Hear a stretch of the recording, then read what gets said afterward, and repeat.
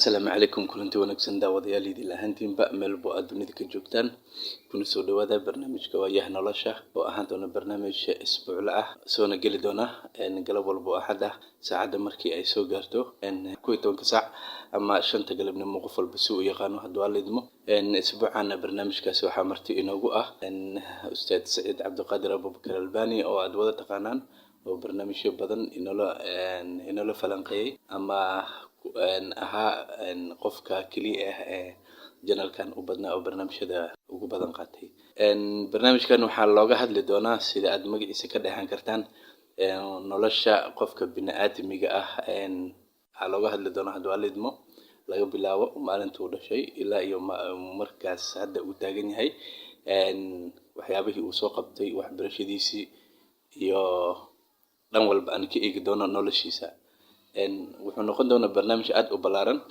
laakiin waana soo koobi doonaa hadduu alidmo ustaadkan soo dhaweynaa ustaad soo dhawow waan ku dhowahay Cabdisalaan waad mahadsantahay ustaad waa mahadsantahay mar labaad iyo mar saddexaad waa kusoo dhaweynaynaa adigoo ku bilaabaya magacaaga inkastoo hore aan usoo sheegnay laakiin si ay daawadayaasha ay magacaaga si caadi ugu bartaan horena dabcan way kusoo maqleen bal inoogu bilaabo magacaaga iyo taariikh nololeedkaaga kooban waad mahadsantahay Ilaahay subxaanahu wa tacaala mahad iska leh oo na soo waafajiyay anagoo caafimaad qabno inaan la hadalno bulshadeeni mahad celinta Allah kadib marka Cabdisalaanow aniga magacaygu waa Saciid Cabdiqaadir Abubakar waxaan ku magac dheerahay Saciid Albani waxaan dhashay 1995 ayaan dhashay burburka Soomaaliya kadib Ilaahay subxaanahu wa tacaala mahad iska leh oo waliba heerkan dhalinyarnimada soo gaarsiiyay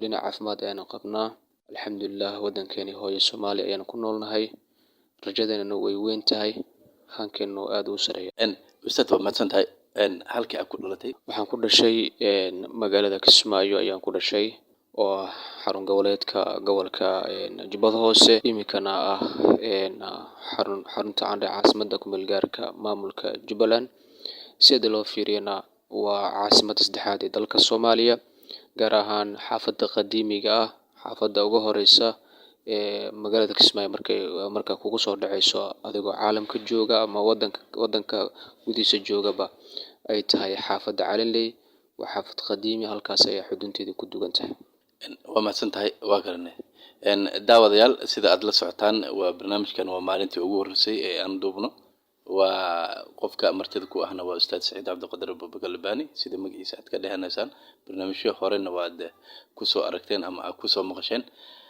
ustaad su'aalaha xiga ama su'aasha xigta ee aan ku weydiinayo waxay tahay waxbarashadaadii aad ka bilowday iyo heerka aad ka gaarsiisay waad mahadsantahay horta Cabdisalaan waxbarashadu waxaa la yiraahdaa waxay ka bilaabanaysaa qofka ilaa marka uu dhasho waxayna soconaysaa inta ilka laga dhigayo marka uu dhinto dunida uu ka tago bartamaha ayaanu maraynaa waxbarashada waxaan ka bilaabay asaaska diinteena islaamka ee quraanka ayaanu ka bilaabay waxbarasho madaarista ku yaala magaalada Kismaayo ayaa runtii halka ayaa la geeyay anigoo yar ayaa markaa wax bartay isdhihi karaa marka Cabdisalaan inta kadib ka Cabdisalaan waxbarashadii asaasiga diinta islaamka madaarista magaalada Kismaayo ayaa anigoo yar markaa waalidiinteedii igula soo dadaaleen quraanka kadib markaan dhameeyay haddana waxaan ku biiray macad iyo iskuul ayaan ku biiray halkaas waxbarashada ka sii watay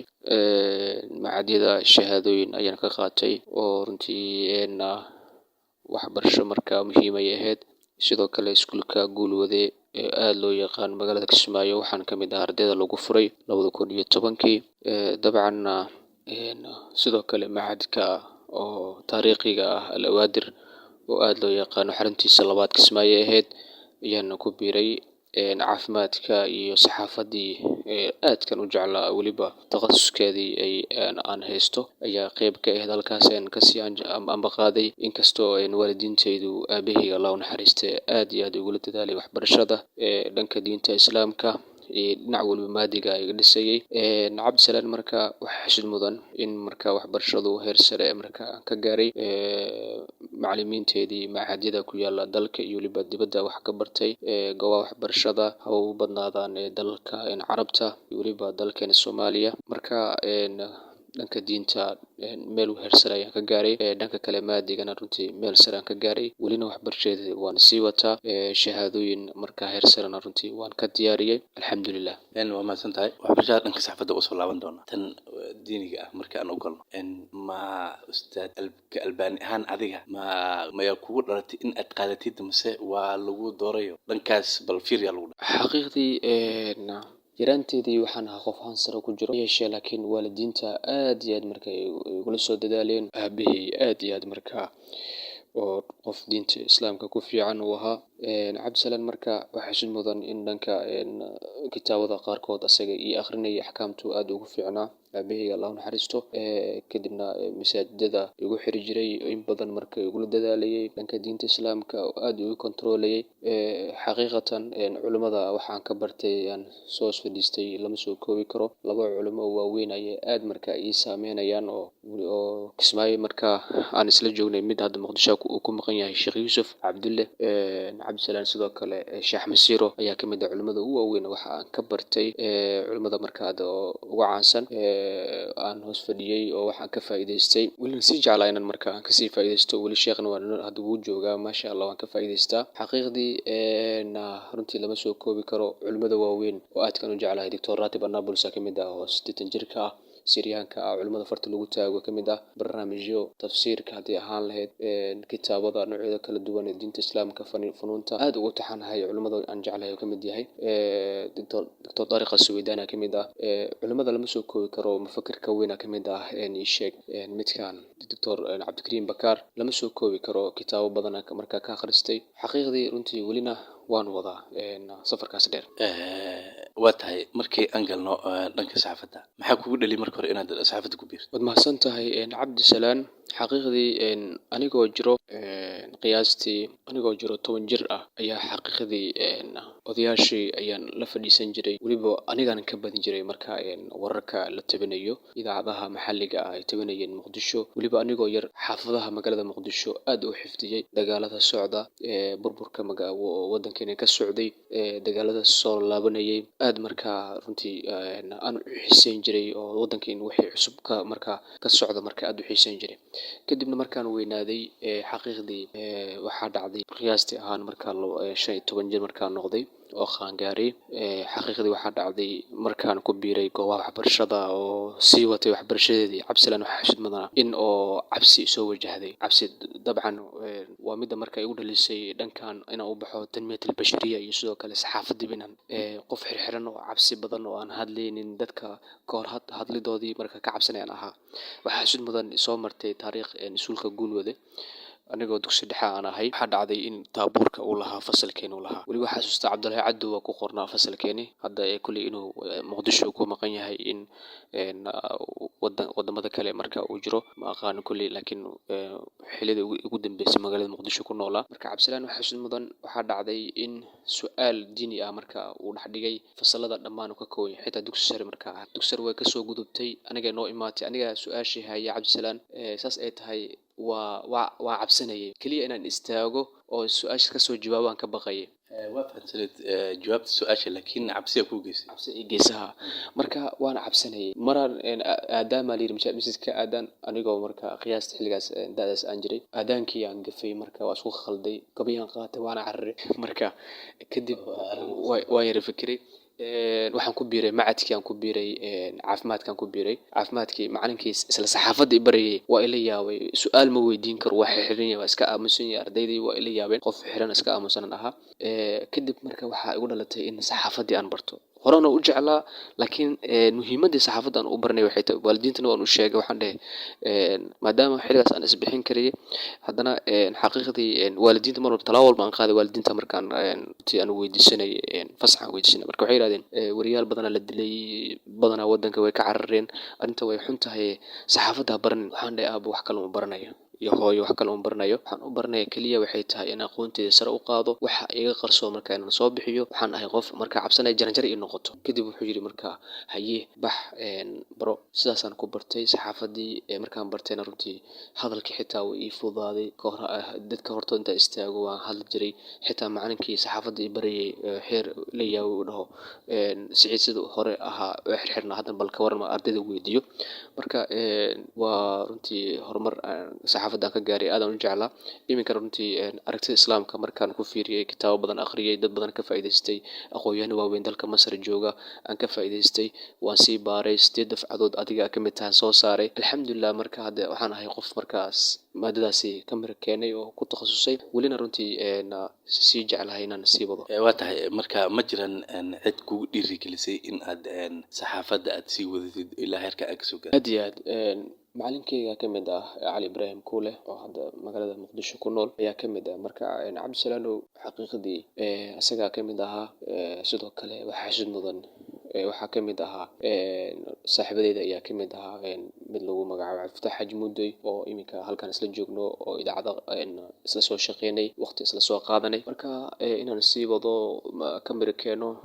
Sidoo kale saaxiibo kale ka mid ah iga horreeyay saxaafadii garab igu siiyay aqoontan inay fahansiiyaan. Iminkana ilaahay mahadiisa waxaan soo gaaray in ardaydeedii idaacadaha qaarkood ay ka howlgalayaan oo aan is caawinayno. Xaqiiqdii marka hadda iminkan wax in laga weydiiyo marka aan kaga jawaabi karo oo heer takhasus marka 8 sano ku soo jiray iyo in ka badan baan ku soo jiray. Marka runtii waa maado marka aad aan u takhasusay. marka ma jiran wariyaal ka horreeyay ee dayin jirtay oo is dhihi jirtay maalin uun waad gaari doontaa heerka ay taagan yihiin? Cabdisalaan waad mahadsan tahay. Haa, xaqiiqdii markaan baranayay saxaafadda qaabkaan u baranayay way jirtaa dad markaa runtii aan dhegeysanayay. Badanaa saxaafaddu dhegeysiga in la badiyo waxyaabaha lagu fahmayay qayb ka tahay. Cabdisalaan waxaa xusid mudan sidoo kale in saxaafaddu ay ku fududaanayso inaad wax akhrisid, badanaa si joogtaad wax u akhrisid. Xaqiiqdii wararka qaabka loo sameynayay xilligaasi waxaa in badan markaa dhegeysan jiray wariyahan uu soo waramo VOA Xuseen Sahnuuni oo dalka Masar uu soo waramo. Warkaas markaan dhegeysto qaabka warka loo sameeyo isaga runtii aad iyo aad markaa ugu fahmay. Inkastoo macalinkeygana aad iyo aad markaa i fahansiiyey, kulli waan dhegeysan jiray wariyaal badan dhegeysan jiray. Kadibna waxaan gaaray luqadda carabiga ii fududeysay in aqoonyahano waaweyn aragtida islaamka kitaabo ay ka diyaariyeen saxaafadda inaan helo oo aad u daraaseeyo. Runtii waxyaabo badan oo iga maqnaana marka aan helay waxyaabo badan iyo iftiimin. waa tahay ustaad, markaan waxaan u leexanaynaa dhanka arrimaha bulshada. su-aasha ugu horeysa oo dhankaas aan kaa weydiinayo xasaabaha. dabcan qof walba oo dhalinyaro ah xasaabo soo mara, inkastoo weli xilliga dhalinyaronimada ay ku jirtid, bal wax yar inooga tataabo xasaabaga. aad baad u mahadsan tahay Cabdisalaan. noloshan horta waxaa la yidhahdaa waa madraso, waxayna ka fiican tahay iskuulada kale. casharada laga barto ayada ka fiican casharkaasi ugu muhiimsan. welina waan ku jirnaa waana baranayna ilaa ma dunida aan ka tagno waxba inoo kordhayo keed ama sanduuqan wax khibrad aan ku shubanayna. xaqiiqdii way jiraan qofka insaanka hadduusan waxba jeclaanin insaan ma ahan qofkaasi. runtii jaceylka laba qaybadan u qaybanaya oo aqoontaasi iga kordhay. qayb runtii oo aan akhriyay oo aan daraaseeyey, qaybna runtii khibrado marka iga kordhan ay tahay. welina inkastoo weli aan markaa si fiican u dhiminin. xaqiiqdii way jiraan xasaabo aan soo maray qaarkood runtii ay aad iyo aad markaa aan u arkay markaa kulama qofka aqoontiisa u kordho waxba u kordhayo. wixii hore wuxuu arkayaa inay qalad yihiin. marka aqoon u yeeshana wixii hore sax u arkayay inay qalad yihiin u arkaya. marka way jiraan xasaabo jecel markaan soo marnay oo runtii xiriiro jecel isla soo galay. way jiraan Cabdisalaan oo xaqiiqdii anigoo yaraa markaan bilaabayba weliba buwaagtan Cabdirashiid la soo qoro hadba runtii buwaagta jaceylka loogu magac daray aan akhrisan jiray. heer xitaa qoraa uu yiri qofka marka la arko astaamaha inuu jecel hayo la arko wuxuu xiiseeyaa buwaagtan jaceylka u xiiseeyaa soo gata. halkaas weliba waxaa is dhihi karaa dhanka akhriska waxaan ka bilaabay buwaagtaas yar oo runtii 15 la gadayay ama $12 la gadayay ama ilaa imika ay joogaan ayaa aan ka bilaabay qisooyinkaasaan akhriskooda ka bilaabay. kadibna xaqiiqdii way jiraan gabdho markaa haasaawan dhexmaray oo waagaasi aqoon sidaan ma lahayn. xaqiiqdii dhalinyarana waa la iska ahaa iminkana waa leeyahay dabcan waxbaa ii kordhay iminka hadda oo aan kala saari karo oo waxba la iga weydiin karo oo xaqiiqdii aan ka jawaabi karo jaceylka dhabta ah iyo jaceylka dhalanteedka ah. waa tahay waxaan ku dhownahay gabagabada barnaamijka adigoo soo koobaya su-aasha ugu dambeysa haddii aan ku weydiiyo sidii jecel ee kugu xanuunka badneed ay kusoo martay. waad mahadsan tahay cabdisalaan. dabcan qof walbo insaan ah saan hore u sheegay xaqiiqdii wax buu jeclaanaya qof aan waxba jeclan insaan ma ahan. jaceylkana wuu kala duwanaan karaa waxaa ugu sareeya jaceylka ilaahay la jeclaado jaceylka rasuulka salaatu rabbi wasalaamu caleyh la jeclaado kadibna jaceylka waalidiin iyo waa sii soconaya. xaqiiqdii dabcan jaceylka oo aad ii soo mara xaqiiqdii haddii aan sheego laga soo gudbay marka way jiraan inkastoo aan carbaaweyno laakiin way jiraan oo isoo maray dabcan waaye markaan usoo noolaa qisooyin xanuun badan markaa nasoo dhex mareen laakiin waa laga soo gudbay oo mar haddii dhibku kusoo ku qabto muhiimadda ma ahan in dunida halkaas ay kusoo gabgabanayso maxaa yeelay qof dhalinyaro layahay oo dunida imika nolosha hore loo soconaya cabdisalaan. marka dabcan runtii ma rabo inaan hadartaan oo shaacan ka qaado qoftaas waaya inaan dhaho xaqiiqdii marka haddana waa laga soo gudbay kadibna boqorad marka sida adiga boqor oo kale ay kuu xishmeynayso kuu qadarinayso waxyaabihii hore boogtii hore kaa dhayayso dabcan way jiraan oo dunida way ku nool yihiin. waa tahay daawadayaal waxaan intaas kusoo gabagabaynaynaa barnaamijkani waayaha nolosha oo ahaa maalintii ugu horeysay ee maanta aan duubno. insha allah wuxuuna noqoni doonaa taxaane oo wuxuuna soo geli doonaa maalin walba oo axad ah insha allah markii saacada ay soo gaarto 11 galabnimo ama 5 galabnimo qof walba siduu u yaqaano. barnaamijkana maanta waxaa marti inoogu ahaa ustaad albani oo aad wada taqaanaan oo barnaamijyo badan inagala qayb qaatay. inta barnaamijka xiga aan ka gaarayno mahadsanidin.